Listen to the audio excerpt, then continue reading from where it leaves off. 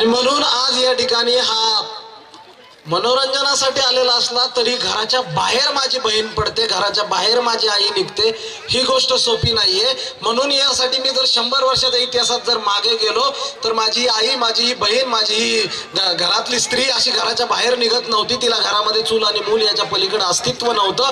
आणि त्या काळामध्ये त्यांच्या त्या अवस्थेवरती बोलताना एक महापुरुष, एक महामानव तेव्हा लिहितात त्यांच्या अवस्थेबद्दल. आणि तेव्हा ते म्हणतात, वित्तविना मती गेली, मतीविना नीती गेली, नीतीविना गती गेली, गतीविना वित्त गेले, वित्तविना शूद्र खचले, स्त्रिया खचल्या, एवढे सगळे अनर्थ एका अविद्येने केले. या भाषेत ते विद्येचं महत्व सांगतात.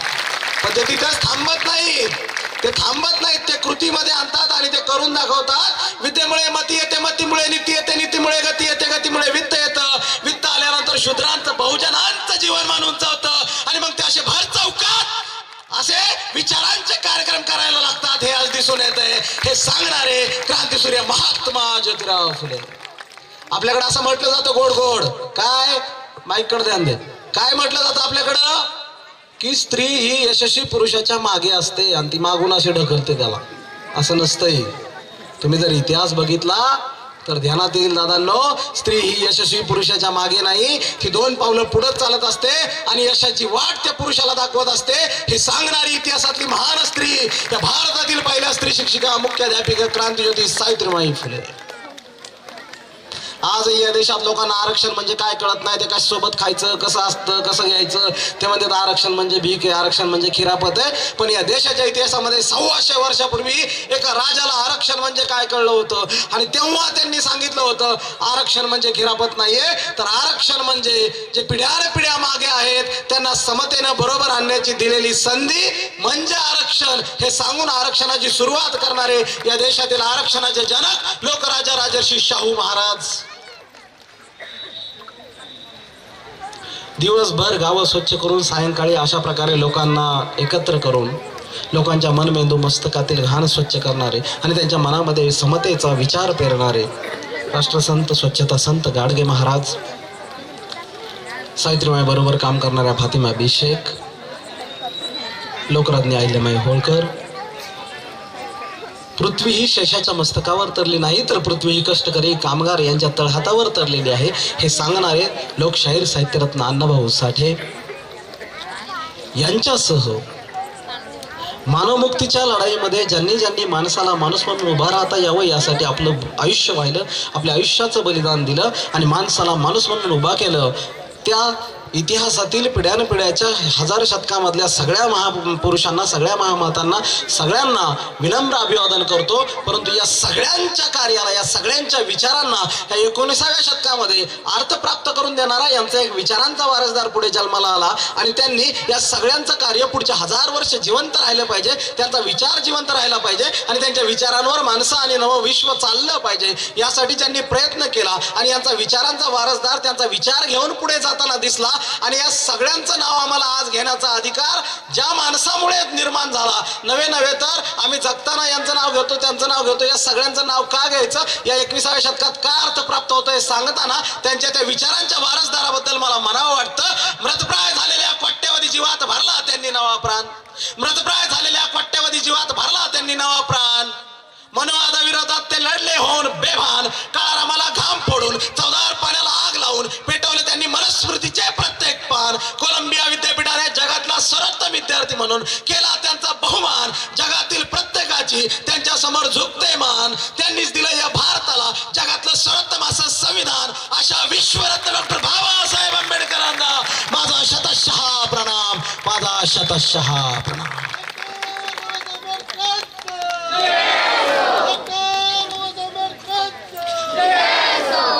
आणि ते विश्वरत्न डॉक्टर बाबासाहेब आंबेडकर उभे राहावेत यासाठी आपलं आयुष्य समर्पित करणाऱ्या माता रमाई, माता भीमाई, पिता रामजी सुभेदार यांच्या सर्व महापुरुषांना, महामातांना अभिवादन करतो. आणि मग आज या ठिकाणी बिलोलीमध्ये हा इतका चांगला सोहळा होत असताना, इतकं चांगलं डान्सचं सगळं चाललेलं असताना मध्येच आमच्यासारख्या 2 माणसाला इथं उभा केलं आणि तुमचा सगळा कार्यक्रम बदलला त्यांनी. पण आमच्या आयुष्याचा कार्यक्रम कसा होता आणि आमचा कार्यक्रम आज कसा चाललाय एकदम ठमकत, ह्याचं भान आणण्यासाठी ही डोस आहे. आमचं आयुष्य इथल्या बहुजनांचं, इथल्या स्त्रियांचं, या भारतीयांचं जगणं काय होतं आणि आज आम्ही कुठल्या विश्वामध्ये, नव्या जगामध्ये प्रवेश केलेला आहे याचं भान येण्यासाठी अशा प्रकारे वैचारिक कार्यक्रम होणं गरजेचं असतं. आणि तसा वैचारिक कार्यक्रम या बिलोलीच्या मातीमध्ये या वैचारिक शिलेदारांनी या ठिकाणी घडवून आणलेला आहे. आणि म्हणून मला वाटतं की बाबासाहेबांच्या जयंतीच्या निमित्तानं, महात्मा फुले यांच्या जयंतीच्या निमित्तानं किंवा कुठल्याही महापुरुषांच्या जयंतीच्या निमित्तानं आम्ही जेव्हा काम करत असतो, जेव्हा हे सगळं चाललेलं असतं, तेव्हा त्या महापुरुषाची जयंती करत असताना आम्हाला एका गोष्टीचं भान पाहिजे की ती जयंती करत असताना, आज बाबासाहेबांची जयंती करत असताना आम्हाला लेखाजोखा करावा लागेल की आम्ही कुठे होतो आणि आज आम्ही कुठे आलेलो आहोत. आणि म्हणून बाबासाहेबांविषयी बोलताना, बाबासाहेबांच्या अनुषंगानं मांडणी करताना, बाबासाहेबांच्या आधीचा भारत, बाबासाहेबांच्या काळातला भारत आणि बाबासाहेबांच्या नंतरचा आजचा भारत अशी जेव्हा आम्ही मांडणी करू तेव्हा आम्हाला कळेल की बाबासाहेब आम्हाला कुठे घेऊन आलेले आहेत आणि आमची पार्श्वभूमी काय होती, आम्ही कुठे होतो, आमचं माणूस पण नेमकं कुठे हरवलेलं होतं. आणि म्हणून हे सगळे या चळवळीची सगळी वाटचाल पाहताना, आमची माणूसपणाची सगळी वाटचाल पाहताना, आमच्या या माणूसपणाला अर्थ कधी प्राप्त झाला याचा शोध घेताना, आज या बिलोली शहरामध्ये इतकं चांगलं सगळं नांदत असताना, इतकं सगळं भारी भारी चाललंय असं वाटत असताना, जर मी तुम्हाला थोडं मागं घेऊन गेलो, एक 4-5 वर्षापूर्वी असं होतं का? एक 5 वर्षापूर्वी काहीतरी आलं होतं आणि सगळं बंद झालं. काय आलं? कोरोना. कोरोना नावाचा एक रोग आला. मग ते आपल्याकडं सगळं बंद झालं. एक दिवस ते म्हणले उभं राहून, भाई और बहनों, कल से इस देश में लॉकडाऊन होगा. आम्हाला काय माहित नव्हतं लॉकडाऊन वगैरे काय. लॉकडाऊन पण पहिल्यांदा ऐकलं आम्ही तेव्हा, कारण तो शब्द आमच्या शब्दकोशात आलाच नव्हता, त्याची काही गरजच पडली नव्हती. आणि मग कलसे लॉकडाऊन लागलं आणि मग लॉकडाऊन लागल्यानंतर आम्हाला 8 दिवस 15 दिवस बरं वाटलं. आम्ही नुसते स्टेटस ठेवायचो, काय बाहेर जाऊ नका, कोरोनाला हरवा.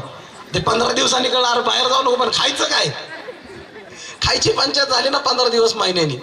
आणि 15 दिवस गेले, महिना गेला आणि एक महिना 2 महिने जसे सरले तसं माणसाला त्या कोरोनाच्या लॉकडाऊनच्या झळा अधिक बसायला लागल्या. माणसाला तेव्हा वाटायला लागलं, अरे कोरोना होऊ दे, मरू दे, पण मला घराच्या बाहेर निघू दे.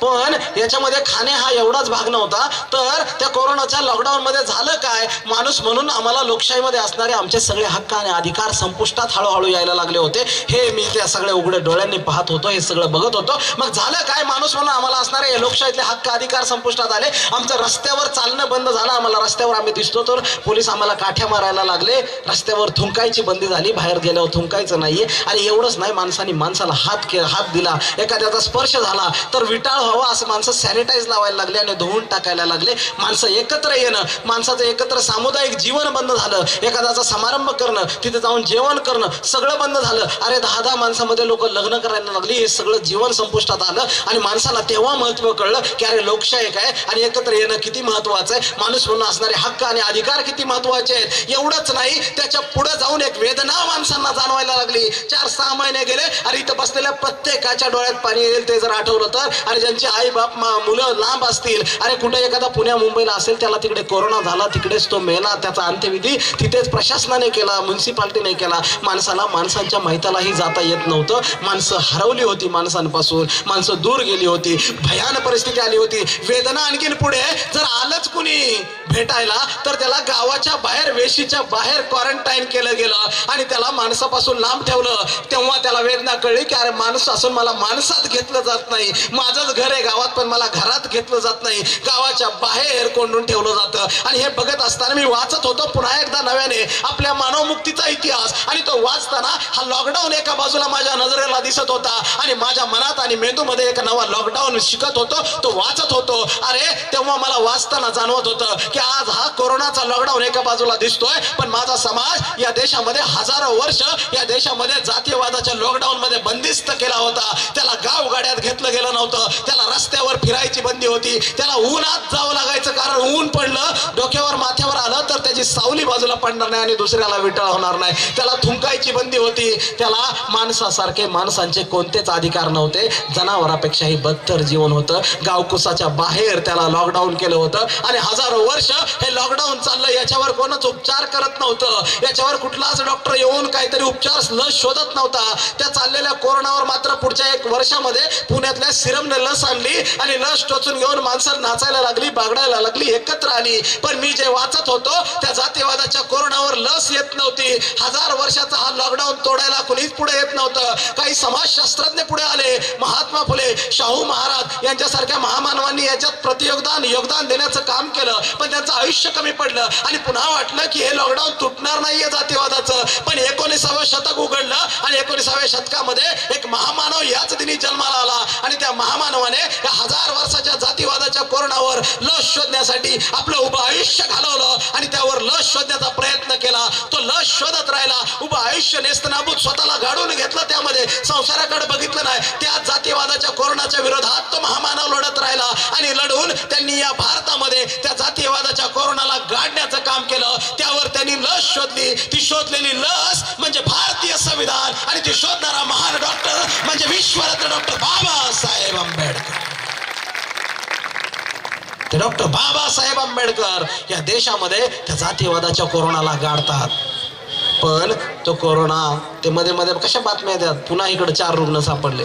तसं तुमच्या ह्या भागात तर सारखे रुग्ण सापडतात जातीवादाच्या कोरोनाचे. सारखं हे प्रकरण झालं, ते प्रकरण झालं, मग तिथं संविधानाची लसीकरणाची मोहीम राबवायला लागते आणि मग आपले कार्यकर्ते जीवाचं रान करून संविधान नावाची लस घेऊन चौकात आंदोलन करून आपले आयुष्य गेली याच्यामध्ये त्या लसीकरणासाठी. आणि म्हणून हे पाहत असताना, त्या पार्श्वभूमीवर जगत असताना, बाबासाहेबांनी हे आम्हाला सगळं आकाश खुलं करून दिलेलं असताना आम्हाला आमचा इतिहास काय आहे तर आम्हाला कळेल की आमचं भविष्य कुठे आहे आणि आम्हाला ते भविष्य कसं घडवावं लागेल. जी माणसं आपला इतिहास विसरतात ती माणसं नवा इतिहास निर्माण करू शकत नाही हे डॉक्टर बाबासाहेब आंबेडकर सांगतात. आणि म्हणून आम्हाला आमच्या इतिहासाकडे एकदा मागे वळून बघावं लागतं. हा सगळं वैभव, हे सगळं देखणे, पण हे सगळं वैभव, संपन्नता, हे सगळं लाइटिंग, हे सगळं झगमगाट हे सगळं आज आलेलं दिसतंय. आज माझ्या आया बहिणी या ठिकाणी, भाऊ सगळे कसे सूट बूट टाय कोटामध्ये, सगळे नऊवारी साडे एकदम भारी आहे, गळ्यात सोनं, हातात सोनं, सोन्याच्या बांगड्या, सगळं छान चाललंय सगळं आमचं. आज या गावामध्ये बिलोलीमध्ये सुद्धा पुणे मुंबईहून एवढं लांब असून इथं इंग्लिश मिडियमच्या शाळा आल्या, इथं सगळं वैभव आलं आणि इथं सगळं एकदम छान व्यवस्थित चाललंय. आणि हे छान व्यवस्थित चाललेलं असताना, नाचण्याच्या स्पर्धा होत असताना आमच्या आयुष्यामध्ये आम्ही कुठून इथपर्यंत या स्टेजपर्यंत यायला काय करावं लागलं यासाठी आम्हाला एकदा मागे वळून पाहावं लागेल. कारण जर आमच्या पुढच्या पिढ्यांना हा इतिहास माहित नसेल तर ते सहज मानणार आहेत. आजही मला गावागाड्यामध्ये कित्येक ठिकाणी गेल्यावर आम्हाला माणसं शिकवतात काय, अहो सर कशाला तुम्ही सारखं ते सांगता, आमचा छळ झाला, आम्हाला बाहेर ठेवलं. त्या लय लोक म्हणतात आता शिकलेले आपले, ते म्हणतात आता काय सांगायचं, ते आता सगळं छान आहे ना, आता चाललंय ना सगळं व्यवस्थित. पण बांधवांनो, जसं शिवशाही सांगताना मुघलांनी केलेला अन्याय अत्याचार सांगावा लागतो, तसं या देशात लोकशाही आली हे सांगताना या देशात माणसांनी माणसावर आधी काय अत्याचार केले हे जाणीव करून द्यावी लागते.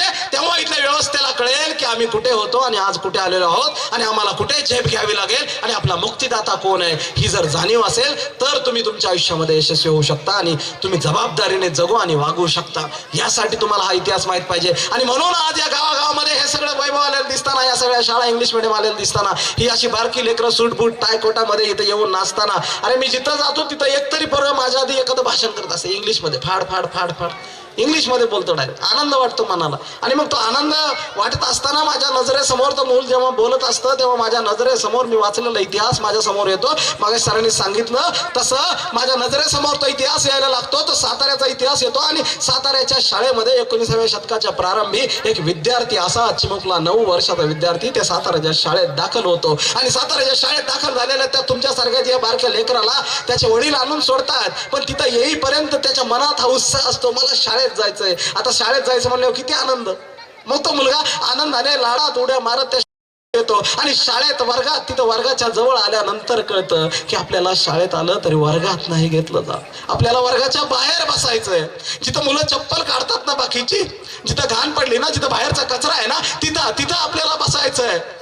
माझ्या प्रत्येक इथल्या चिमुकल्या मुलाने याचं हे कळलं पाहिजे की आपलं आज आलेलं वैभव काय आहे आणि आपल्याला इथपर्यंत करण्यासाठी आपल्याला स्वतःला गाडून घेणारा एक माणूस आहे, त्या महामानवाचा हा इतिहास आपल्याला माहित पाहिजे. आणि तो मुलगा त्या वर्गाच्या बाहेर बसतो आणि वर्गाच्या बाहेर बसून त्याला त्या वेदनादायी प्रकारे शाळेमध्ये शिकावं लागतं. सगळी मुलं त्या ठिकाणी वर्गात आनंदाने शिकतात आहे, पण तो बारका मुलगा वर्गाच्या बाहेर बसतो, 9 वर्षाचा मुलगा, आणि तो वर्गाच्या बाहेर बसतो. परंतु वर्गाच्या बाहेर बसून तो वर्गात काय शिकवलं जातं याकडे मात्र बारकाईने लक्ष देतो. आज आमची पोरं वर्गात बसतेत, पण वर्गात काय चाललंय ह्याच्यापेक्षा बाहेर काय चाललंय हे त्यांना जास्त माहिती. बाहेर कुठं खिडकीतनं काय चाललंय आणि बाहेर कोण चालली हे माहित आहे पोरांना. वर्गात काय चाललंय ह्याच्याकडे ध्यान नाही. पण तो 9 वर्षाचा मुलगा वर्गाच्या बाहेर बसतो आणि वर्गाच्या बाहेर बसून तो मुलगा शिकायला लागतो. एक दिवस गुरुजी त्या फळ्यावरती लिहितात आहे प्रश्न, विद्यार्थ्यांना मला सांगा की अशा कोणत्या गोष्टी आहेत, अशा कोणत्या वस्तू आहेत ज्या तुम्हाला दिसतात पण त्याला तुम्ही स्पर्श करू शकत नाही. वर्गातली मुलं हात वर करतायत. एक मुलगा उत्तर देतोय, गुरुजी चंद्र, सूर्य, तारे, उंच झाड, त्यावरची फळं, त्याला आम्ही हात लावू शकत नाही. बाहेर बसलेला हा चिमुकला मुलगा हात वर करतोय आणि त्याच्याकडे लक्ष जातंय सरांचं. गुरुजी म्हणतात, अरे भिवा काय सांगतोय, तुला बाहेर बसून काय सांगायचंय, सांग भिवा, सांग काय सांगतोय. आणि बारका भिवा उभा राहतोय पाण्यादारपणे आणि भिवा उभा राहून सांगतोय, गुरुजी या शाळेतला हा पाण्याचा माठ मला रोज दिसतो. गुरुजी हा माठ मला रोज दिसतो पण मला याला हात लावता येत नाही. गुरुजी शाळेत आल्यानंतर तुम्हीही मला रोज दिसता, इथून जाता आतमध्ये बाहेर येता तेव्हा अनेकदा वाटतं तुम्हाला हात लावावं पण तुम्हालाही मला हात लावता येत नाही. गुरुजी अनेकदा मला फळ्यावरचं उत्तर येत असतं पण वर्गात येऊन लिहिता येत नाही. गुरुजी त्या बारक्या भिवानं दिलेली उत्तरं त्या सरांनी ऐकली आणि तेव्हा त्या सरांच्या लक्षात आलं की अरे रोज दुपारी सगळी मुलं जेव्हा भाकरी खातात, डबा खातात आहे, तेव्हा हा भिवा बाहेर बसून आपली फडक्यात आणलेली भाकरी सोडतो, ती भाकरी खातो आणि ती वाळलेली भाकरी खाताना त्याला घशाला तोटरे बसतात, ठसका लागतो. तो धावत धावत पाण्याच्या माठापर्यंत जातो आणि माठाजवळ जाऊन त्याला कळतं की आता माठाला हात लावता येत नाही, आपल्याला बाजूला उभा राहायचंय. तो उभा राहतो, शिपाई येईल, आपल्याला पाणी ओंजळीत ओतेल आणि मग आपली तहान भागेल ही वाट तो पाहतो. तासन तास ठसका लागलेला हा 9 वर्षाचा पोरगा माठाजवळ उभा राहतो. मग मनाला वाटेल तेव्हा शिपाई येतो, मग त्याच्या ओंजळीत पाणी ओततो आणि मग त्याची तहान भागते. आणि त्याला वाटणारच ना की आजही आपल्याला या माठाला हात लावता येत नाही. पण बारक्या भिवानं दिलेली उत्तरं भूगोलाची, विज्ञानाची उत्तरं नव्हती, तर त्या वर्गाच्या बाहेर बसणाऱ्या बारक्या भिवानं दिलेली उत्तरं तत्कालीन समाज व्यवस्थेच्या तोंडात सनसनीत मारलेली चपराक होती, हे त्या गुरुजींना कळलेलं होतं. बांधवांनो, बाबासाहेब माझी आत्मकथामध्ये हे लिहित आहेत की माझा कशा प्रकारे पाण्यासाठी सुद्धा मला काय यातना भोगाव्या लागल्या. हे बाबासाहेब म्हणजे भाकड कथा नाहीत किंवा काल्पनिक गोष्टी नाही आहेत. बाबासाहेब हे त्यांच्या आयुष्यात लिहितात, त्यांच्या आयुष्यातले हे प्रसंग. पण हे गोष्टी तुम्ही आजपर्यंत अनेक वेळा ऐकलं, हे तुम्हाला माहित आहे, तुम्ही वाचलं, तुम्हाला कुठंतरी ऐकायला भेटलं, तुम्ही आजपर्यंत ऐकलं. मग गेली 15 वर्ष हा जगदीश ओळ महाराष्ट्राच्या गावगाड्यातून, वाड्या वस्त्यावरून, तांड्यावरून, पाड्यावरून महाराष्ट्रभर फिरून हा नव्या अँगलने मोटिवेशनल बाबासाहेब मांडण्याचा प्रयत्न करतो. आणि मग याच्या पलीकडे जाऊन या तरुणाईला काय सांगायचं हा प्रश्न मला पडतो. आणि म्हणून नव्या भाषेत नव्या पिढीला नवे मोटिवेशनल बाबासाहेब सांगायचे, ह्या अँगलने हे मांडण्याचा गेली 10 वर्ष मी प्रयत्न करतो.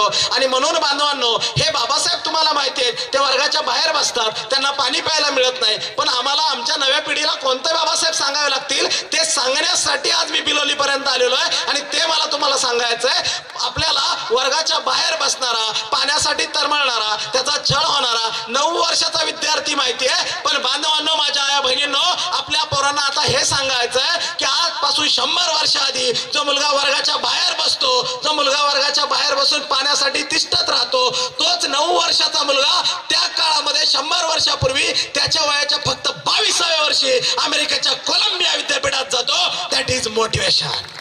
जगाच्या पाठीवर असा विद्यार्थी जन्मास आला नाही, जगाच्या पाठीवर असा माणूस जन्मास आला नाही, या देशाच्या इतिहासात असा विद्यार्थी झाला नाही, या देशाच्या इतिहासात असं स्वप्न कोणी पाहिलं नाही की ज्याला वर्गाच्या बाहेर बसावं लागलं असेल आणि त्याने त्या काळामध्ये परदेशात जायचं स्वप्न पाहावं. आज इथल्या प्रत्येकाच्या घरामध्ये, प्रत्येकाच्या हातामध्ये मोबाईल आहे, लॅपटॉप आहे, इंटरनेट आहे, आपल्याकडे सगळं वैभव आलं. अरे तुम्हाला एका क्लिकवर कळतं, इथं बसून आत्ता बघितलं तरी कळेल की पुणे विद्यापीठामध्ये ऍडमिशन कितीला क्लोज झालं, तिथं किती जागा आहेत, तिथं हॉस्टेल कुठे आहे, माझं ऍडमिशन कसं होईल, पोरीला सुरक्षित हॉस्टेल आहे का, मुलाला त्या ठिकाणी मित्र मिळतील का, हे सुद्धा आता गुगलवर कळतंय. अरे एकदम शांत डोक्याने विचार करा इथल्या तरण्या पोरांनी घरी गेल्यावर काय.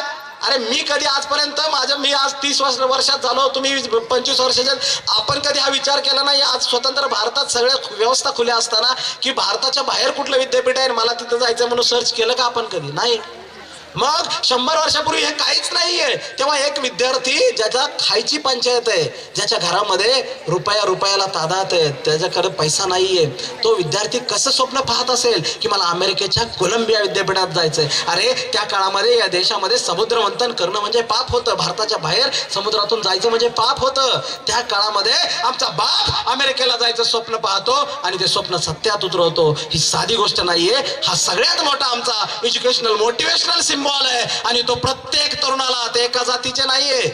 आता हे बाहेर, भारताच्या बाहेर शिकायला जायचं एका जातीसाठी आहे का? तिथल्या प्रत्येक भारतीयाने जर यातनं काहीतरी घेतलं तरी त्याला वाटेल ना आपण शिकलं पाहिजे.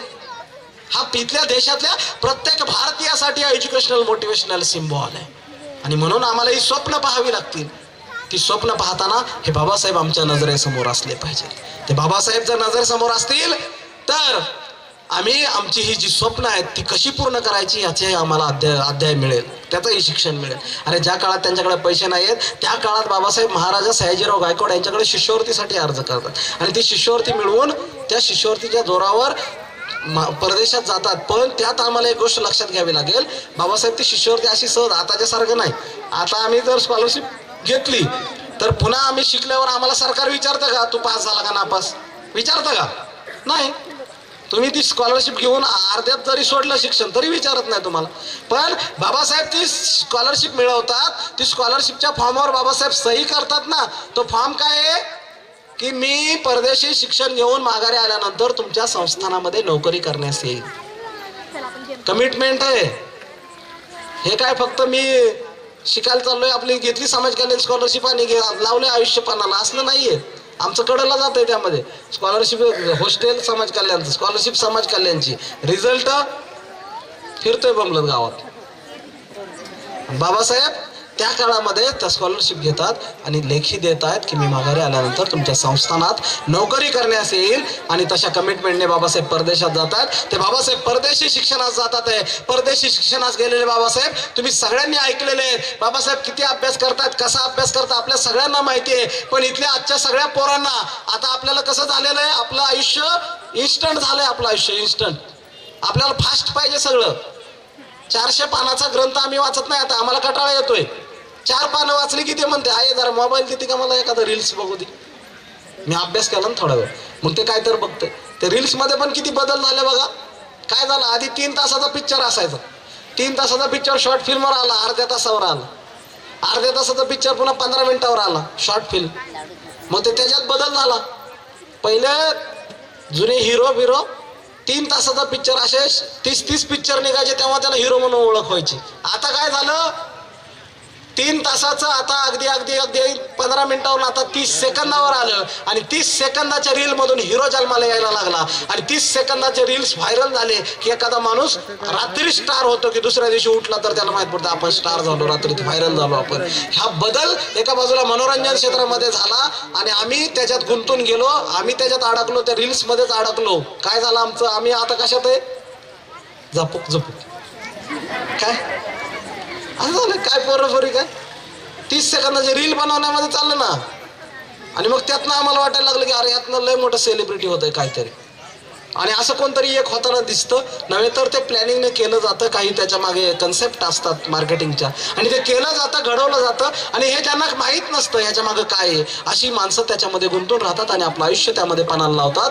आणि म्हणून हे एका बाजूला हे असताना मला हे का सांगावं लागलं तर आज ह्याच्या इतकं इन्स्टंट आलंय सगळं. आम्हाला 30 सेकंद पण एका ठिकाणी थांबायचं नाही. 10 सेकंदात आम्ही लगेच दुसरं खालचं बघतोय, लगेच तिसरं, लगेच इंस्टाग्राम झालं की इकडं आम्ही लगेच बदलतं, लगेच फेसबुकवर येतं, फेसबुक झालं की युट्यूबला जातो. एवढं फास्ट चाललंय. आणि मग आम्ही पुस्तक तर वाचायचं नावच नाही आणि पुस्तक तर वाचत नाही आम्ही. आणि मग आम्ही पुस्तक वाचत नाही पण आम्ही अभिमानाने सांगतो की आमचा बाप ह्या देशातला असा महामानव आहे की ज्यांनी पुस्तकासाठी राजवाडा बांधला.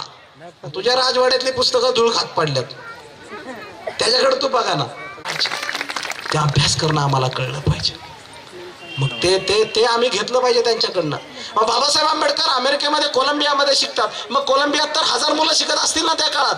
बाबासाहेबांचं शिकणं वेगळं काय आहे, बाबासाहेबांना त्या ठिकाणी वेगळं पण काय आहे बाबासाहेबांच्या शिकण्यामध्ये, त्यांच्या त्या ज्ञानामध्ये, त्यांच्या त्या गुणवत्तेमध्ये, त्यांच्या व्यक्तिमत्वाचं वेगळे पण काय आहे. हा प्रश्न आम्हाला पडला पाहिजे ना कधीतरी. आम्ही अशा आविर्भावात असतो किंवा आम्ही समजून नाही घेत की आम्हाला तर काय लोकांना असं वाटतं की बाबासाहेब म्हणजे एकटे कोलंबियात शिकले काय की पण बाबासाहेबांचं एकट्याचं शिकणं हे अख्ख्या कोलंबियापेक्षा वेगळं हे आम्हाला कळलं पाहिजे. आणि ते सांगताना मला तुम्हाला इथं आवर्जून सांगावं वाटतं की आता खरं तर वेळ झाला विस्ताराने जाण्यापेक्षा, म्हणून तुम्हाला थोडक्यात सांगतोय की बाबासाहेबांचं कोलंबियातलं शिकणं हे जगाच्या दृष्टीनं वेगळं काय आहे आणि त्याला एवढं महत्व काय आहे हे आम्ही समजून घेतलं पाहिजे. आणि तेच समजून सांगण्याचा मी पुस्तकातूनही प्रयत्न केला आणि आज तुमच्या पुढे मांडतोय. आम्हाला हे वेगळ्या अँगलने बघावं लागेल बाबासाहेबांच्या शिकण्याकडे. काय आहे तो अँगल?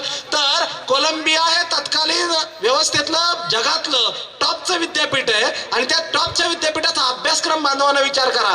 आज अंगणवाडीचा अभ्यासक्रम तयार करायचा म्हणलं तरी PhD झालेली माणसं लागतात तो अभ्यासक्रम तयार करायला. आणि मग ते अभ्यासक्रम तयार करतात आणि मग त्या अभ्यासक्रमावर ती पोरं शिकतात.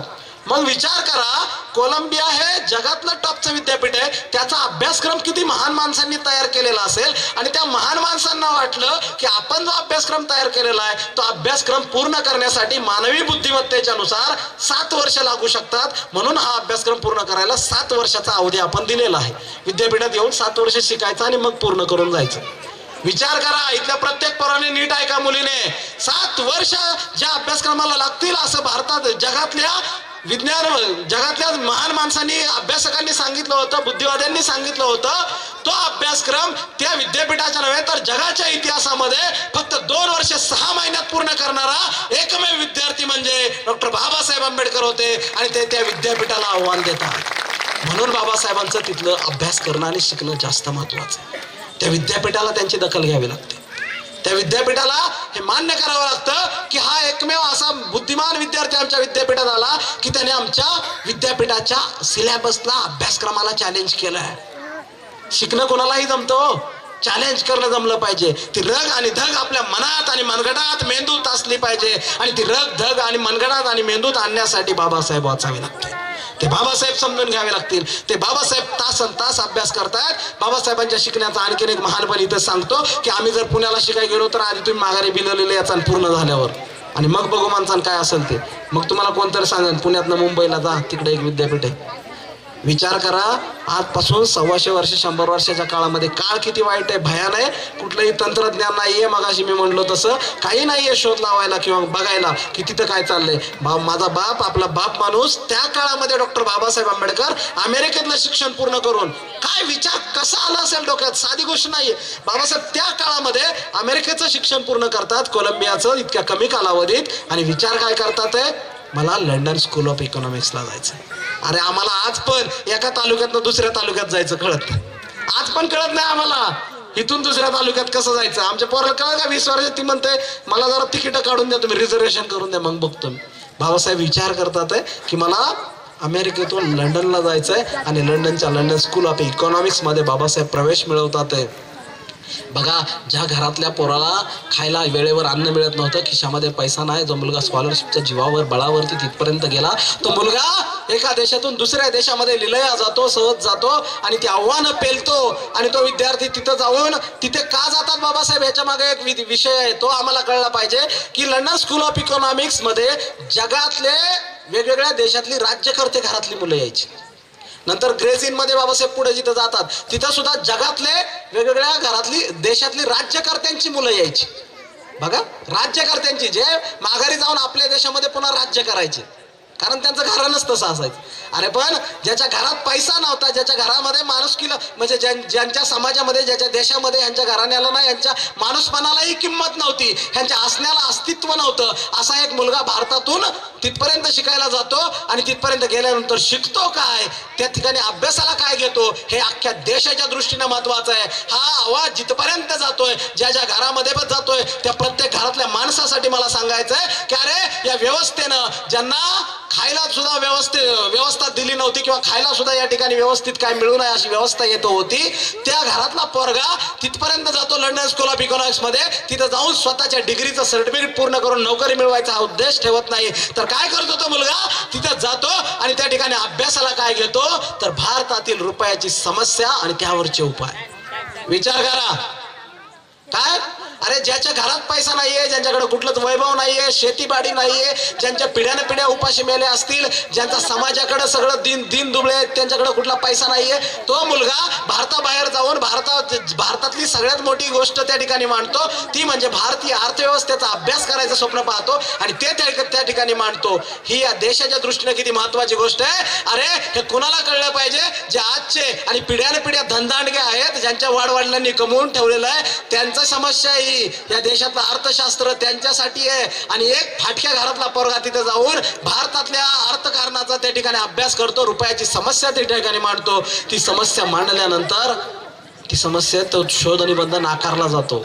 आपल्याला लय अर्ध माहिती आहे, ते नाकारलं जात. ते म्हणतात हे तुम्ही आमच्या इंग्रजाच्या धोरणावर टीका केली सरळ सरळ, हे स्वीकारलं जाणार नाही. तुम्ही सरळ सरळ आमचे राज्य तिथं आहे.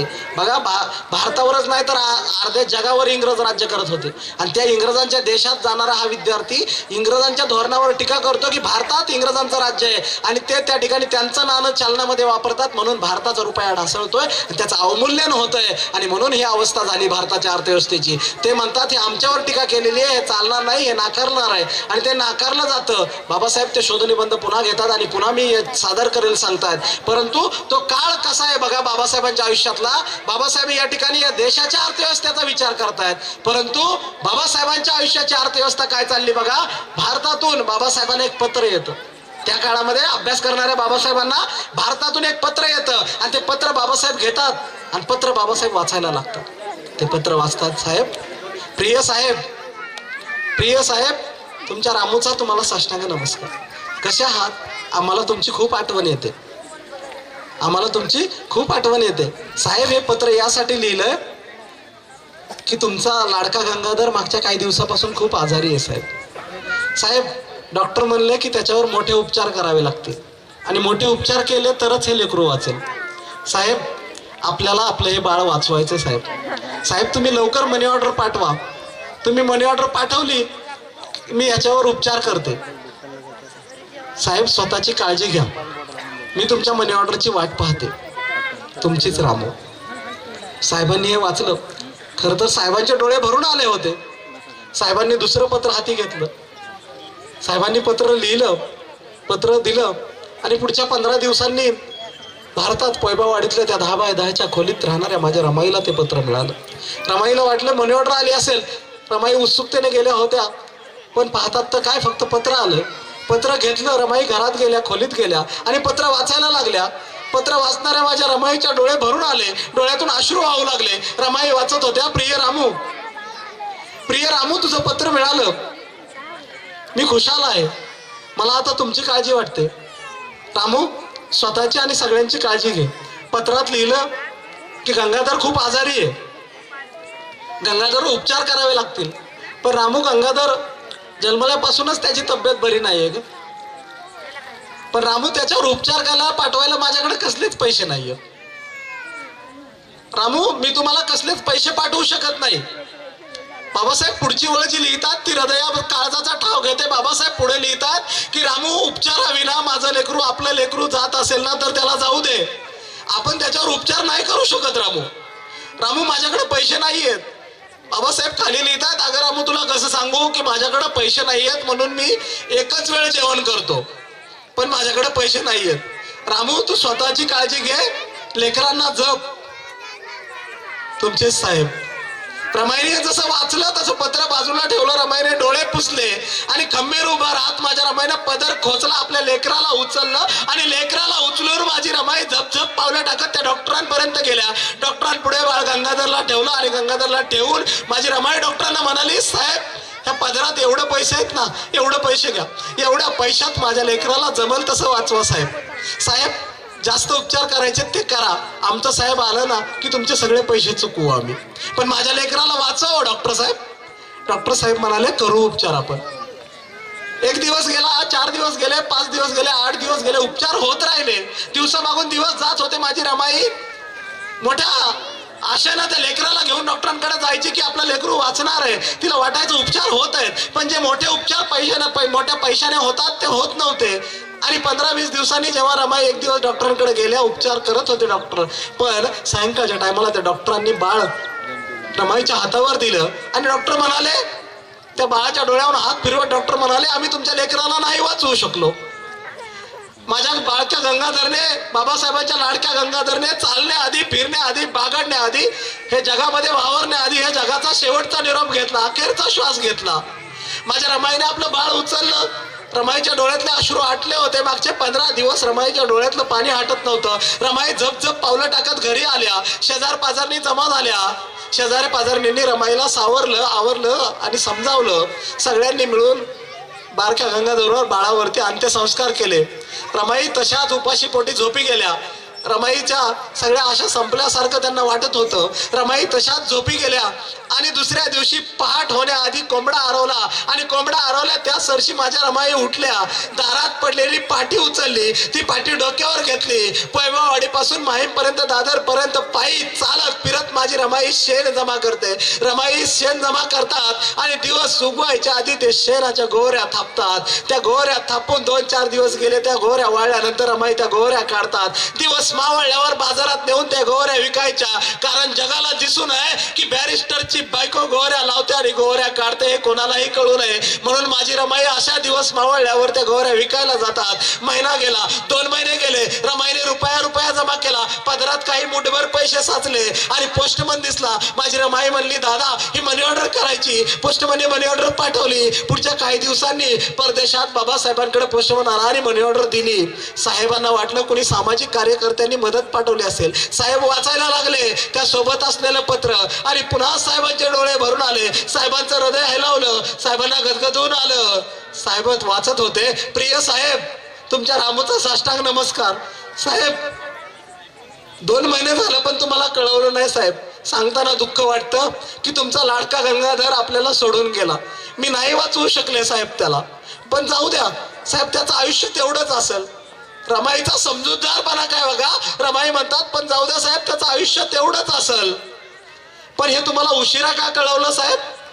साहेब हे तुम्हाला उशिरा यासाठी कळवलं की लगेच जर सांगितलं तर तुमचं मन अभ्यासात लागायचं नाही. तुमचा अभ्यास थांबेल आणि तुमचा अभ्यास थांबता कामा नये साहेब. तुम्ही अभ्यास करत राहिलं पाहिजे. साहेब आपला गंगाधर गेला, त्याला जाऊ द्या, पण हे 4 पैसे तुमच्या रामूने तुम्हाला यासाठी पाठवले साहेब. तुम्ही पत्रात खाली लिहिलं होतं की माझ्याकडे पैसे नाहीयेत म्हणून मी एकच वेळ जेवतोय. साहेब आजपासून तुम्ही 1 वेळ नाही जेवायचं, आजपासून तुम्ही 2 वेळ जेवायचं, चांगला अभ्यास करायचा आणि पुन्हा या भारतात येऊन हा भारत बदलायचा. यासाठी तुमच्या रामूने हे तुम्हाला हे पैसे पाठवले. माझ्या भावांनो, माझ्या बहिणींनो, आयांनो, माझ्या रमाईचा, माझ्या बाबासाहेबांचा हा त्याग. माझी रमाई म्हणजे रडण्याचा कार्यक्रम आहे असं अजिबात वाटतं कामा नये. पण रमाई हा रडण्याची गोष्ट नाहीये. पण रमाई ही गोष्ट अशी आहे की ती वाचताना, ती ऐकताना रडायला आल्याशिवाय राहत नाही. पण मला या ठिकाणी तुम्हाला ही रडणारी रमाई नाही तर रमाई किती खंबीर होती यातून सांगायचंय. अरे जिचा पती 3 वर्ष आधी अमेरिकेला, नंतर 2.5 वर्ष लंडनला जातो, त्या काळात सुद्धा न खचणारी, न थांबणारी, न संसार सोडणारी, सगळं सावरून घेणारी सगळ्यात खंबीर स्त्री म्हणजे माझी रमाई होती. ती रमाई आम्हाला कळली पाहिजे. ती रमाई साधी गोष्ट नाहीये. रमाई थांबत नाहीत, रमाई रडत नाहीत स्वतः, रमाई हारत नाही. रमाई हे जिंकण्याचं काम आहे. रमाई हे विजयाचं नाव आहे. अरे इतकंच काय, माझ्या रमाईने जर हे मृत्यूंची गोष्ट सांगायला लागलो तर एखाद्या बाईने आपल्या आयुष्यात आपल्या जवळच्या किती माणसांचा मृत्यू बघावा, किती जवळची किती माणसं मरावीत एखाद्याच्या आयुष्यात. माझ्या रमाईच्या आयुष्यात 1, 2, 3, 4 नाही 10 जवळची माणसं गेली. 10 जवळची रक्ताची. माझी रमाई 7-8 वर्षाची होती, आई गेली, वडील गेले. रमाई सासरी आली, सासरे गेले काही वर्षांनी. सासरे गेले, त्यानंतर दीर गेले, दीराचा मुलगा गेला, त्यानंतर दीराच्या मुलाच्या नंतर रमाईच्या आयुष्यामध्ये मृत्यूची झड लागली. 1 नाही 2 नाही 3, 4 लेकरं माझ्या बाबासाहेबांनी आणि रमाईने या समाजासाठी गमावली. ही 4 लेकरं रमाई बाबासाहेबांनी आपल्या या समाजासाठी, या समाजावरून निछावर केली. हे वाचवायचंच असतं, ते ठरवलंच असतं. स्वतःचा संसार बघायचा हेच वाटलं असतं तर त्यांचा संसार सोन्याचा झाला असता, पण ते नाही केलं त्यांनी. पण आज काय झालं, आज आपलं सगळं, आपली गाडी, आपली माडी, आपल्या बायकोची गोलगोल साडी, आपली सबसिडी, आपलं सगळं भारी भारी असं सगळं झालं. पण बाबासाहेबांच्या आयुष्यातनं आम्हाला हे शिकावं लागेल. इथल्या माझ्या प्रत्येक आईला हे खंबीरपणे यायला पाहिजे. रडणार नाही, खंबीरपणा आहे. सावित्रीमाई, जिजाऊ, रमाई या सगळ्या खंबीरपणाच्या गोष्टी आहेत. आणि दुसरी गोष्ट इथं आवर्जून म्हणायची की हे माझ्या बहिणींना, माझ्या आयांना मला सांगायचं नाही की तू सावित्री हो, तू रमाई हो, तुम्ही ते हो नका. म्हणजे तुम्हाला मला आवर्जून माहित नाही की तू ते हो. माझे सगळे भाऊ जे आहेत ना, हे माझे सगळे भाऊ, माझे काका, माझे दादा, हे जर बाबासाहेबांच्या, शिवरायांच्या, महात्मा फुलेंच्या वाटेवर चालायला लागले तर या माझ्या आया बहिणी आपोआप सावित्री, रमाई, जिजाई होणार आहेत. हे नव्याने सांगायची गरज. आपण नुसतं स्त्रियांना डोस देतो, तुम्ही असं व्हा, तुम्ही तसं व्हा. आपल्याला आचरणात आणावं लागेल. आणि ते बाबासाहेब आपल्या आयुष्यामध्ये अशा प्रकारे हा त्याग समाजासाठी करतात. हा त्याग आम्हाला हे नाचताना, हा त्याग आम्हाला हा आनंद साजरा करताना, हा त्याग आज जयंती करताना लक्षात आला तर कळेल की आज आम्ही कुठे आलेलो आहोत. आणि आमच्या बापाने आम्हाला त्या झोपडीतून, त्या गटारातून काढून हे माणूस पण बहाल केलेला आहे. आणि म्हणून हे वैभव आज आमच्या आयुष्यामध्ये आलेलं आहे. आणि तेच बाबासाहेब गेली 12 वर्ष 15 वर्ष झालं गावगाड्यातून सांगतोय.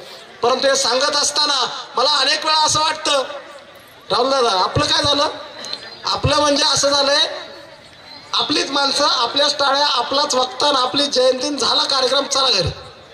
ह्याच्या पलीकडे कधी जायचंय? ह्याच्या पलीकडे गेलं पाहिजे नाही काय बाळासाहेब? ह्या पलीकडे गेलं पाहिजे. हे जरा ही चौकट विस्तारली पाहिजे, चौकटीचा दरवाजा मोठा झाला पाहिजे. इथं हे सगळ्या गावाला हे कळलं पाहिजे, बाबासाहेब हा सगळ्यांचा बाप आहे. बाबासाहेबांनी सगळ्यांना या ठिकाणी माणूस म्हणून उभा केलं. आणि ते सगळ्यांना उभा करणारे बाबासाहेब, सगळ्यांसाठी बाबासाहेबांनी आपलं आयुष्य वाहिलं. ते बाबासाहेब मांडावे लागतील असं मला मागचे 15 वर्षे वाटत होतं. आणि म्हणून या नव्या पिढीला नव्या भाषेत बाबासाहेब सांगायचे. तर ते बाबासाहेब शिकून माघारी येतात. ते शिक्षणासाठी जे बाबासाहेब शोधनिबंध मांडतात आहे, तो भारतातील रुपयाची समस्या हा शोधनिबंध मांडतात आहे.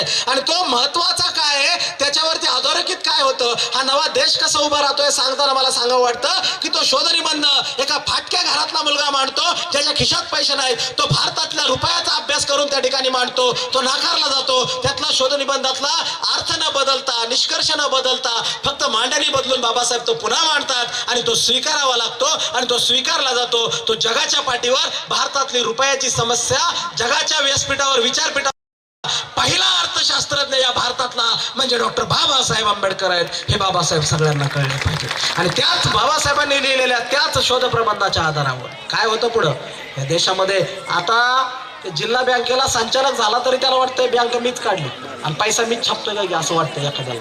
कुणावर टीका नाही, असं वाटतंय. पतसंस्था काढली की त्याला वाटतं मी म्हणजे पैसा मीच छापायला लागलो, त्याला वाटतं मी लय मोठा माणूस. पण या देशामध्ये आर्थिक कणा नव्हता. या देशाची आर्थिक व्यवस्था कशी असली पाहिजे हे ठरलं नव्हतं. आणि त्या काळामध्ये 1935 साली या देशाचं अर्थकारण नव्याने मांडण्याची वेळ आली. आणि या देशाला स्वतःची अर्थव्यवस्था असली पाहिजे, आर्थिक कणा उभा केला पाहिजे. यासाठी या देशामध्ये एक नवी व्यवस्था उभी केली जाते. 1 एप्रिल 1935 साली या देशात भारताच्या रिझर्व्ह बँक ऑफ इंडियाची स्थापना होते. आणि त्या रिझर्व्ह बँक ऑफ इंडियाची स्थापना होताना या देशातील रुपयाची अभ्यास असणारा, समस्या मांडणारा, रुपयाचं एकूण तत्व काय आहे, तो कसा असला पाहिजे, त्याचं अवमूल्यन टाळण्यासाठी त्याची कशी प्रकारे अर्थव्यवस्थेमध्ये मांडणी पाहिजे हे सांगणारा एकच शोध निबंध होता. आणि त्यातील तत्वांच्या आधारे या देशाच्या रिझर्व्ह बँक ऑफ इंडियाची स्थापना झाली. तो शोध निबंध होता problem of the rupee, it's solution and its origin. आणि तो लिहिणारा महान अर्थशास्त्रज्ञ होता डॉक्टर बाबासाहेब आंबेडकर. अरे या देशाच्या अर्थव्यवस्थेचा अभ्यास केला की काय कुठल्या एका जातीचं काम आहे का म्हणले सगळे पैसे तेव्हा महाराकडे म्हणून आपल्याला पैशाचं बघावं लागेल. अरे महाराज तेव्हा म्हणजे त्यांचं आयुष्य नुसतं काय म्हणायचं, विनिमयाच्या वस्तू विनिमयावर चाललं होतं, पैशाचा विषयच नव्हता. मी कामाला येतो मला खायला द्या, मी हे करतो मला ते द्या, एवढ्यावरच जगणाऱ्या माणसाने, त्या परिवारातल्या लोकांनी, त्या परिवारातल्या एका माणसाने ह्या देशाचा विचार केला आणि नव्या आधुनिक भारताचा पाया इथून घातला. ही साधी गोष्ट नाही. ते बाबासाहेब भारतात आले आणि भारतात आल्यानंतर इथं नवी सामाजिक आंदोलन बाबासाहेबांनी उभी केली. सामाजिक आंदोलन बाबासाहेबांनी या देशात उभी केली. आणि ती सामाजिक आंदोलन म्हणजे महाडचा सत्याग्रह, काळारामाचं मंदिराचा सत्याग्रह, या देशामध्ये पर्वतीचा सत्याग्रह,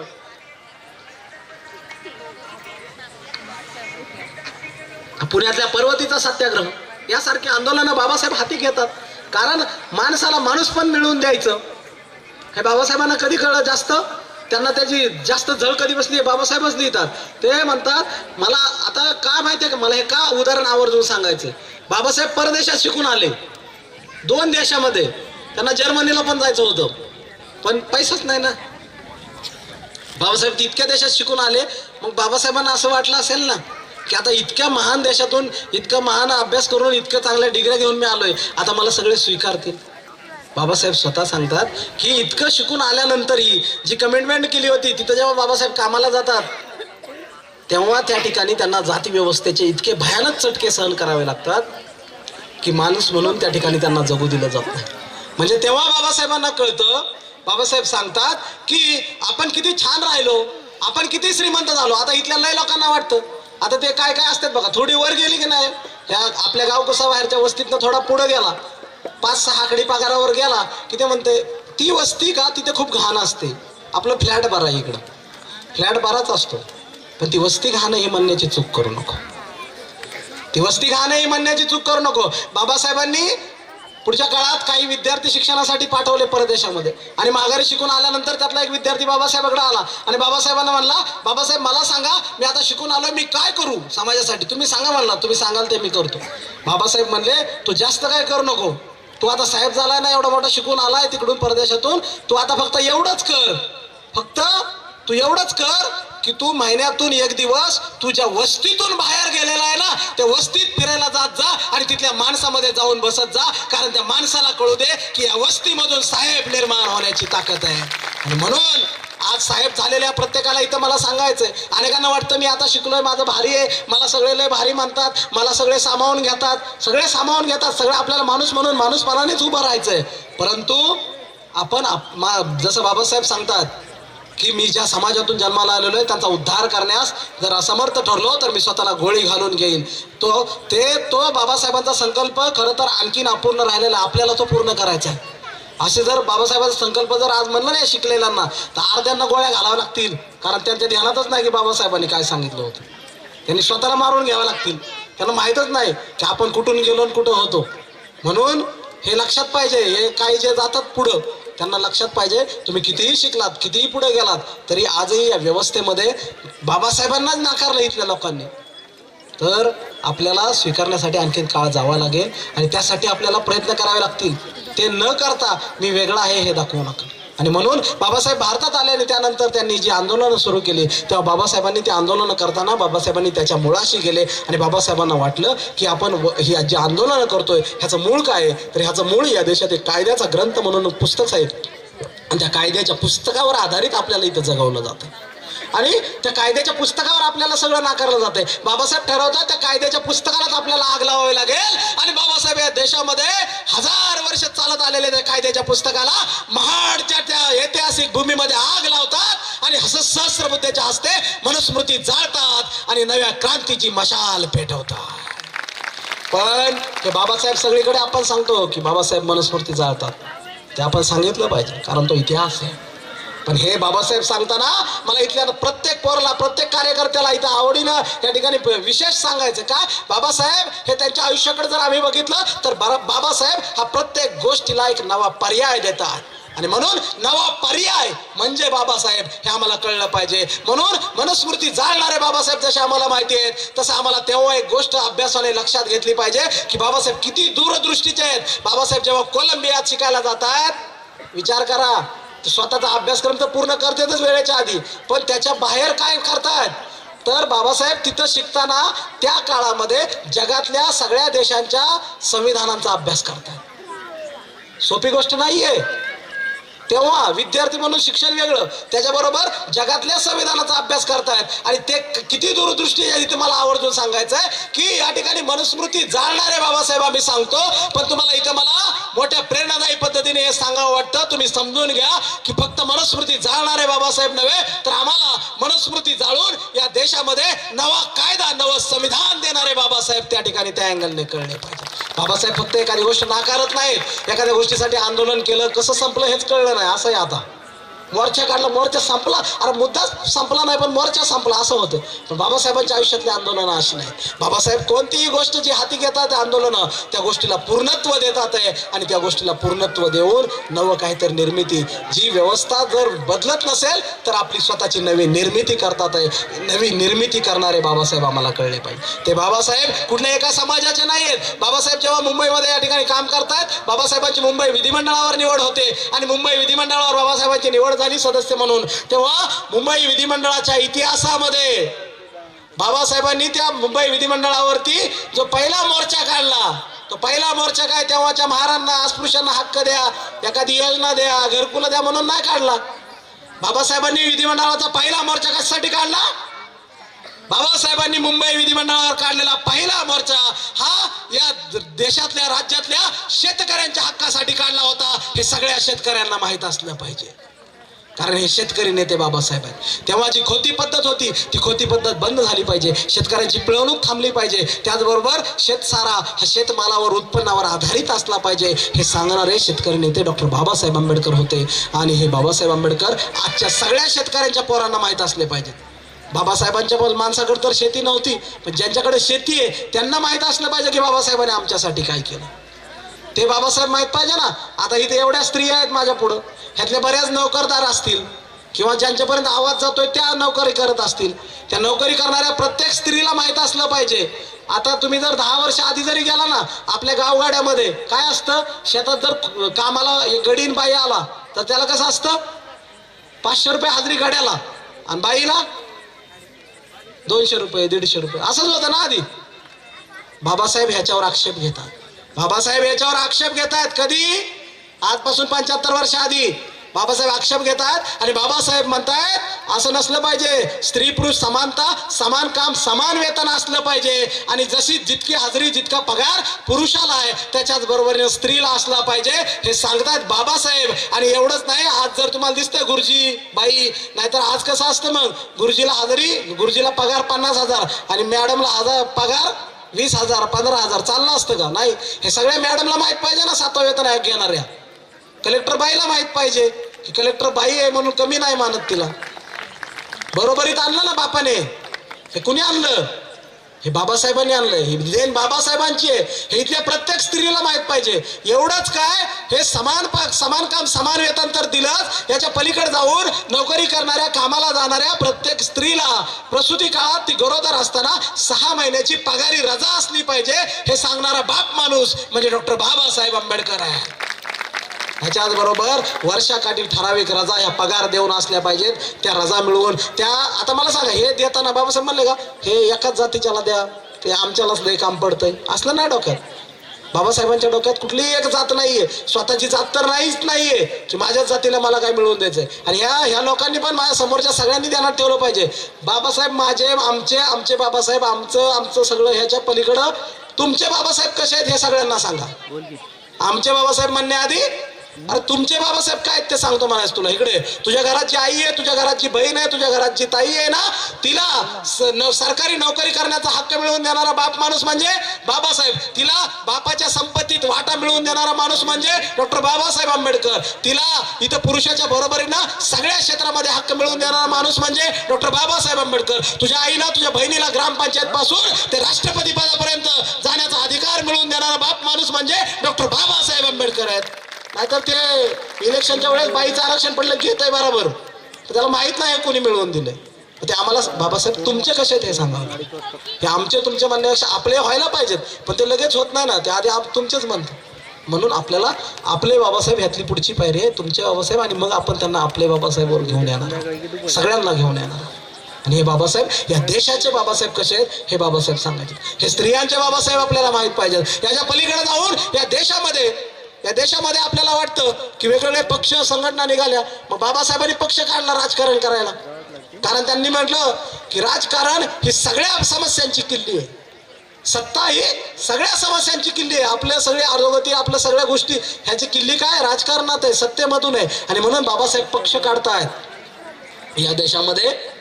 बाबासाहेब पक्ष काढतात आहे, पण बाबासाहेब मग काय असा पक्ष काढतात का सुरुवातीला पहिल्यांदा की बौद्धांचा पक्ष वगैरे, असं नाही करत. हे सगळ्यांना माहित पाहिजे ना काय काढतात बाबासाहेब. काय बाबासाहेबांच्या पक्षाचं नाव पाहिल्या, स्वतंत्र मजदूर पक्ष. या देशात कामगारांना केंद्रबिंदू ठेवून जो पहिला पक्ष निघाला तो पक्ष म्हणजे डॉक्टर बाबासाहेब आंबेडकरांनी काढला. आणि या देशात कामगार हा कुठल्या एका जातीचा नाहीये, धर्माचा नाहीये. या देशात कामाला जातात ती सगळी माणसं म्हणजे कामगार आहेत. आणि त्यांना माहित पाहिजे की अरे 70 वर्षापूर्वी या देशामध्ये अशी व्यवस्था होती, जर तुम्ही कुणाच्या घरात रानात कामाला गेला, कंपनीत कामाला गेला, त्याच्याकडे रोजाने गेला तर तो तुम्हाला वाटेल तसं, वाटेल तेवढा वेळ, वाटेल तेवढा काळ तुम्हाला राबवून घ्यायचा. तुम्ही राबायचं आणि त्याला वाटेल तेवढे पैसे तो तुमच्या हातात ठेवायचा. काम झाल्यावरच तो तुम्हाला सोडायचा. उद्या तुम्ही नाही आलात तरी चालेल म्हणायचा आणि तुमचं संपायचा सगळा विषय. असं होतं, राबवून घेतलं जायचं. बाबासाहेब म्हणले हे चालणार नाही या देशामध्ये. आणि त्याच काळामध्ये बाबासाहेब सांगतात की या देशातल्या प्रत्येक कामगाराच्या कामाचे तास हे 12 तास, 15 तास, 18 तास नव्हे तर फक्त 8 तास असले पाहिजेत. त्यावर काम केलं तर त्याला ओव्हर टाइम मिळाला पाहिजे. हे सांगणारे कामगार नेते म्हणजे डॉक्टर बाबासाहेब आंबेडकर आहेत. आणि ते कुठल्याही एका समाजाचे, जातीचे नाही. सगळ्यांना मिळवून देतात हे, नाहीतर सगळ्यांना राबावं लागत होतं. त्याच्या पलीकडे जाऊन आता सगळेजण बोनस घेते दिवाळीला, मग बायकोला काहीतरी सोन्याचं करते. ते बोनस कोणी मिळवून दिला? ते बोनस म्हणायचं त्याला, ही संकल्पना डॉक्टर बाबासाहेब आंबेडकरांनी सांगितली. आणि इथल्या सगळ्यांना, त्या प्रत्येक कामगाराला ते मिळवून दिलं. इथल्या प्रत्येक कामगाराला त्याची संघटना स्थापन करण्याचा, त्याला हक्क, त्याला शोषणाविरुद्ध जाब विचारण्याचा हक्क. एवढंच नाही तर त्याला कामाची शाश्वती. मी आज कामाला आलोय, उद्या येऊ नको एखादी कंपनी म्हणेल, असं चालणार नाही. तिथं त्या ठिकाणी कामाची शाश्वती, ज्या ठिकाणी धोक्याची कामं आहेत त्या ठिकाणी जीवनाची शाश्वती, त्या ठिकाणी तुम्हाला काहीतरी त्या संरक्षणाच्या गोष्टी दिल्या पाहिजेत. हे बाबासाहेब सांगतात, हे लिहून ठेवलं. हे सगळ्या देशासाठी आहे, हे सगळ्या कामगारांसाठी आहे. आणि मग हे सांगत असताना गावगावातून फिरून हे वाड्या वस्त्यावर बोलतोय, गेली 10-15 वर्ष झालं. हे सर्वांचे बाबासाहेब मांडतोय. आणि मग लोकांना आवडतं. लोक म्हणतात लय रडायला आलं, लय हसायला आलं, लय हृदयाला भिडलं, डोक्यात गेलं. आणि मग मी 15 दिवसांनी फोन करतोय बाळासाहेबाला, काय बाळासाहेब काय म्हणतात लोक?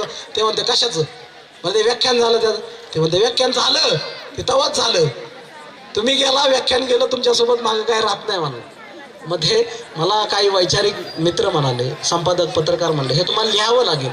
तुम्ही लिहून लोकांच्या हातामध्ये द्या. आणि मग लिहून लोकांच्या हातामध्ये द्यायचं हा विचार केला. आणि मग गेली 8-10 वर्ष या विषयावरती लिहायचं चिंतन मनन करत होतो. आणि मग काही गोष्टी जोडत होतो. एक एक प्रकरण पुढे जात होतं. आणि प्रकरण पुढे जात असताना 2018 साली मुंबईला भीमा कोरेगाव दंगलीनंतर मुंबईत एका मोर्चाचं आयोजन होतं 26 मार्च या दिवशी. आणि त्या मोर्चाला पुण्यातून चाललो होतो. आणि पुण्यातून मुंबईकडे जाताना सकाळच्या वेळी पुण्याच्या बाहेर निघालो. आणि पुण्याच्या बाहेर मुंबई पुणे हायवेवरती माझ्या गाडीला एक मोठा अपघात झाला, एक मोठा ॲक्सिडेंट झाला. आणि ते ॲक्सिडेंट झाल्यानंतर रस्त्यावर पडल्यानंतर रस्त्यावरच्या लोकांनी उचललं आणि जवळच्या एका मोठ्या हॉस्पिटलमध्ये दाखल केलं. आणि हॉस्पिटलमध्ये टाकलं. हॉस्पिटलमध्ये टाकल्यानंतर डॉक्टर म्हणाले क्रिटिकल आहे केस, कारण मेंदूला मार लागला आणि त्यामुळं काय होईल सांगता येत नाही. माझे आई वडील खेड्यात राहतात, शेतात काम करतात तुमच्यासारखंच, गावखेड्यामध्ये. करमाळा तालुका, सोलापूर जिल्ह्यात गाव आहे आमचं छोटंसं. आणि मग आई बापाला वार्ता कळली. आई रानात काम करत होती आणि तिला जसं कळलं की पोराचा अपघात झाला, आईने हातातलं काम टाकलं, डोळ्यात पाणी आलं आणि आई धावत, आई बाप धावत पुण्याला आले. आणि पुण्याला आले, बघतात तर काय, भेटायसाठी धावत आले. डॉक्टर म्हणले तो शुद्धीवर नाहीये. संध्याकाळी डॉक्टर म्हणाले तो कोमात गेला, आता तुम्ही भेटून काय उपयोग नाही. आणि मग कोमात गेल्या म्हणल्यावर अनेकांना वाटलं की हे गेलेलंच आहे, फक्त बिल वाढवतात डॉक्टर, असं अनेकांना वाटलं त्या काळात. आणि मग भेटायला लोकांची लाईन लागली त्या काळात. पण चळवळीतले अनेक बांधव त्या काळात आई बापाला सगळ्यांना आधार देत होते. आणि मग 4 दिवस गेले, 6-7 दिवस गेले, शुद्धीवर काय येत नव्हतं. डॉक्टर म्हणले आमच्या हातात काय नाही, वाचला तर वाचेल. आणि 7-8 दिवसानंतर उपचाराला प्रतिसाद द्यायला लागलो आणि डॉक्टर म्हणाले शुद्धीवर यायला लागलो. आणि मग 8 दिवसांनी शुद्धीवर आलो. आणि शुद्धीवर आल्यानंतर बसवलं आणि आई बाप पुढे आले. आणि मी डॉक्टरांना म्हणालो की हे कोण आहेत? डॉक्टर नॉर्मल होते, आई वडील शॉक झाले. डॉक्टरांना म्हणाले असं का म्हणतोय? डॉक्टर म्हणाले ह्याच्या मेंदूला मार लागलाय, त्यामुळं असं होतं की स्मृतिभ्रंश होतो या काळामध्ये. मग ह्याला मागचं काय आठवत नाही, पुन्हा कधी आठवेल ते सांगता येत नाही, पण काही दिवसांनी आठवू शकतं. 5-7-8 वर्ष गेल्यानंतर आठवेल म्हणले. आणि मग त्या ठिकाणी काही दिवस उपचार झाले, एखाद्या महिन्याने तिथून बाहेर पडलो. आणि मग इतर ठिकाणी वेगवेगळे उपचार झाले. काही मित्र, काही मोटिवेशनल गोष्टी, डॉक्टर भेटले, प्रेरणादायी असतात ते. काही डॉक्टरांनी सांगितले याला जुन्या गोष्टी दाखवा, मोटिवेशनल गोष्टी दाखवा. पण आपल्याकडे एक फॅड आहे, मोटिवेशनल गोष्टी म्हणलं की आम्ही सगळं इंटरनॅशनल दाखवतो. अमेरिकेतलं पाहिजे, लंडनचं पाहिजे, स्टीव्ह जॉब्स पाहिजे, फर्नांडिस पाहिजे, मग आम्हाला वाटतं ते मोटिवेशनल. भारतातला आम्हाला वाटत नाही मोटिवेशनल.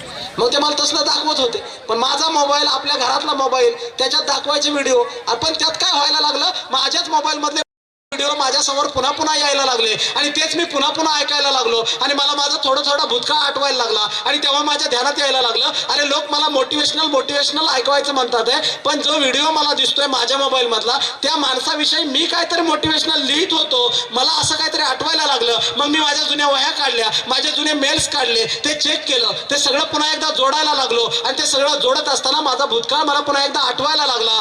आणि हा अपघात झाला होता मार्च 2018 मध्ये आणि 2018 नंतर हा जगदीश ओळ पुन्हा एप्रिल 2019 ला त्याच ताकदीने या विचारपीठावर येऊन उभा राहिला आणि बोलायला लागला. त्या अंधाऱ्या गर्तेतून सगळं संपलेलं असताना त्याला बाहेर काढणारा त्याचा मोटिवेशनल सिम्बॉल त्याला सापडला होता. त्याचा मोटिवेशनल सिम्बॉल होता विश्वरत्न डॉक्टर बाबासाहेब आंबेडकर. आणि म्हणून हा जगदीश ओळ पुन्हा उभा राहिला.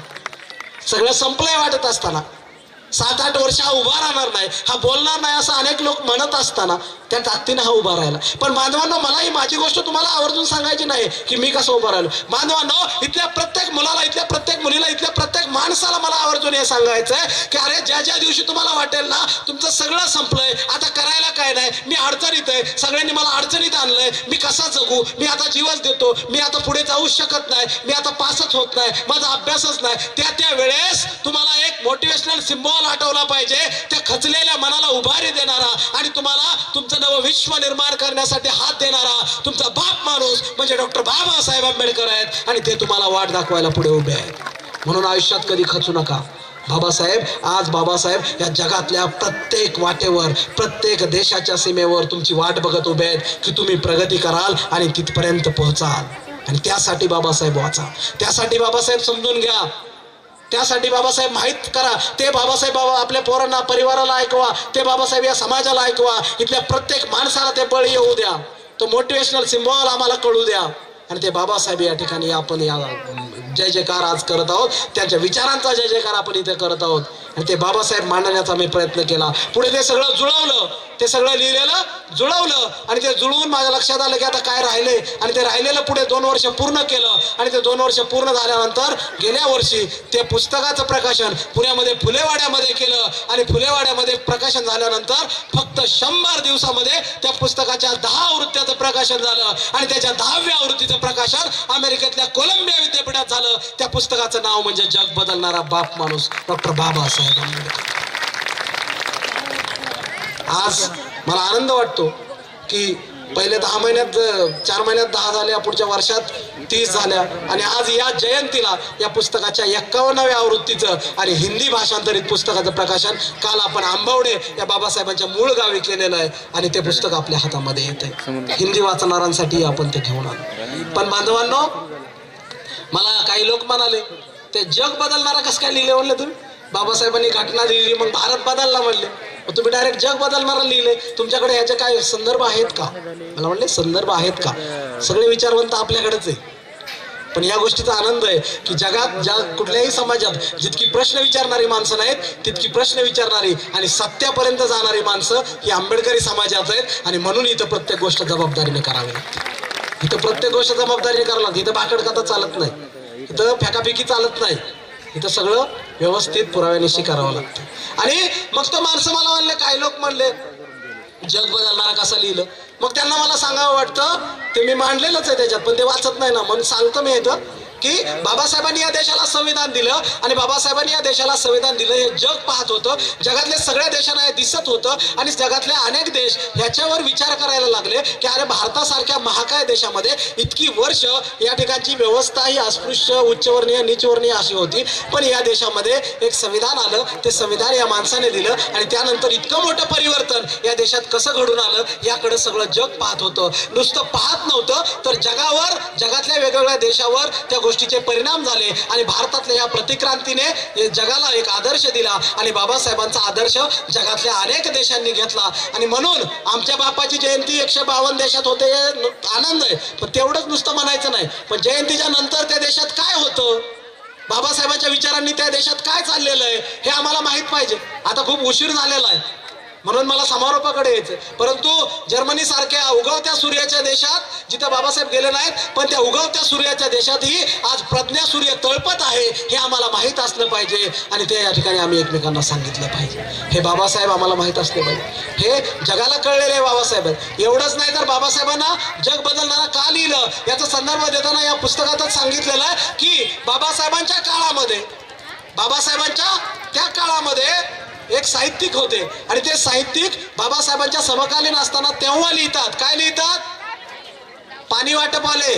थोडं थांब जरा, मी सांगतोय बाबासाहेब तहानेने व्याकुळ व्हायचे आणि यांना लवकर पाणी पाहिजे तासाच्या आत.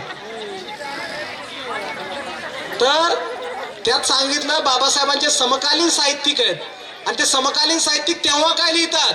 जग बदल घालून निघावं म्हणजे सांगून गेले भीमराव, गुलामगिरीच्या या चिखलात ऋतून बसला काय रावत, के बिरीवरती घावं म्हणजे सांगून गेले भीमराव, जग बदल घालून निघावं म्हणजे सांगून गेले भीमराव. बाबासाहेबांच्या त्या काळात 1.5 दिवस शाळेत गेलेल्या लोकशाहीर साहित्यरत्न अण्णाभाऊ साठेंना कळलं होतं की बाबासाहेब हा जग बदलायला सांगणारा महामानव आहे. बाबासाहेब हा गाव, तालुका, ग्रामपंचायत, आमदारकी बदलायचा विषय नाहीये, तर नवं जग निर्माण करण्याचा विषय आहे आणि ते बाबासाहेब आम्ही समजून घेतले पाहिजेत आणि तेच बाबासाहेब सांगण्याचा प्रयत्न आपण या ठिकाणी सगळेजण करूया. ते समजून घेण्याचा प्रयत्न आपण या ठिकाणी करूया. आपण सगळेजण एवढा वेळ झालं हे व्याख्यान ऐकत आहात, ते सहन करत आहात, त्याबद्दल तुमच्या सगळ्यांचे आभार. आणि समारोपाकडे जाताना हा जगदीश्वर या ठिकाणी कुठल्याही व्याख्यानातून तुम्हाला 3 गोष्टी सांगेल. व्याख्यान तुम्ही सगळं सोडून दिलं घरी गेलात तरी चालेल. फक्त या 3 गोष्टी, 3 मुद्दे जे सांगतो ते घेऊन घरी जा, कारण ते विस्ताराने सांगायला आता इथं वेळ नाहीये. पहिली गोष्ट तुम्ही इथून या व्याख्यानातून घरी घेऊन जायचे ती गोष्ट म्हणजे बाबासाहेब सांगतायत जा आणि तुमच्या घराच्या भिंतीवर लिहून ठेवा, मला या देशात शासनकर्तीचा मात व्हायचंय. ज्या काळामध्ये या समाजाला घर नाहीये, त्या घराला भिंती नाहीत, त्या काळात बाबासाहेब सांगतायत आता तुम्हाला पक्की घर आहेत, तुमच्या घरात बिल्डिंग आहेत, तुमचे बंगले आहेत, आता त्या भिंतीवर नाही तर तुम्ही काळजावर करून ठेवा. आपल्या मुलाबाळांना सांगा की तुला शासनकर्ता व्हायचंय. ते शासनकर्ता होणं म्हणजे फक्त आमदार खासदार होणं नाहीये, तर मोक्याच्या जागा मारून चांगल्या सीटवर प्रशासकीय स्थानावर जाणं म्हणजे सुद्धा शासनकर्ता होणं आहे. ते आपल्या मुलाबाळांना समजून सांगा आणि त्यांना उच्च शिक्षित व्हायला सांगा. त्यांना थेट संघर्षावर लावू नका. त्यांना आधी उच्च शिक्षण घ्यायला लावा, ते उच्च शिक्षित झाल्यानंतर मग ते संघटित व्हायला लावा आणि मग संघर्ष करायला लावा. नाहीतर संविधान वाचवायला संघर्ष करायला आम्ही रस्त्यावर आहे आणि केसेस आमच्यावर आहे, शिकलेलं 0 झालं आणि संविधानाचे लाभार्थी मात्र कोण आहेत हे आम्ही बघत नाही. त्यासाठी संविधानाचे लाभार्थी होता येणं खूप महत्वाचं आहे.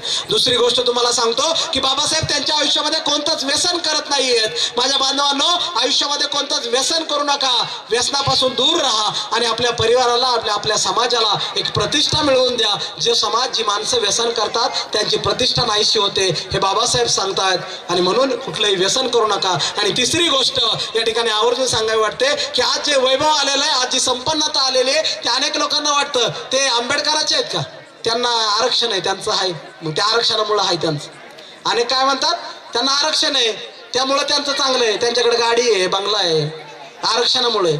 त्या सगळ्यांना मला सांगावं वाटतं की तिसरी गोष्ट आवर्जून समजून घ्या की हा समाज फक्त केवळ आरक्षणामुळे नव्हे तर हा समाज पुढे यामुळे गेलेला आहे. हा समाज यामुळे पुढे गेला की बाबासाहेबांनी यांना ज्या 22 प्रतिज्ञा दिलेल्या आहेत आणि बाबासाहेबांनी यांच्या हातामध्ये जो तथागत भगवान गौतम बुद्धांचा मार्ग दिलेला आहे, त्यामुळे या समाजाची प्रगती झालेली आहे. आणि जी माणसं या वाटेवर चालतील त्या माणसांची प्रगती झाल्याशिवाय राहणार नाही. 22 प्रतिज्ञा ही कुठल्या धर्माची निंदा नालस्ती नाहीये. कुठल्याही समाजाच्या माणसानं 22 प्रतिज्ञा जर आचरणात आणल्या तर त्याची प्रगती होणार आहे. 22 प्रतिज्ञा हा मानव मुक्तीचा मार्ग आहे. अंधश्रद्धा, रूढी, परंपरा ह्या फेकून देण्याचा मार्ग आहे. त्या जो लोक फेकून देतील त्यांची प्रगती होईल आणि ती प्रगती आपण करूया ही आशा या ठिकाणी व्यक्त करतो. आपण या ठिकाणी मला बोलवलं, ऐकलं, त्याबद्दल आपले आभार मानतो. जाता जाता वामनदादाच्या शब्दामध्ये समारोप करेल. वामनदादा म्हणतात, भीमा तुझ्या मताचे जर 5 लोक असते, आज इथे 500, पण वामनदादा 5 म्हणतात फक्त.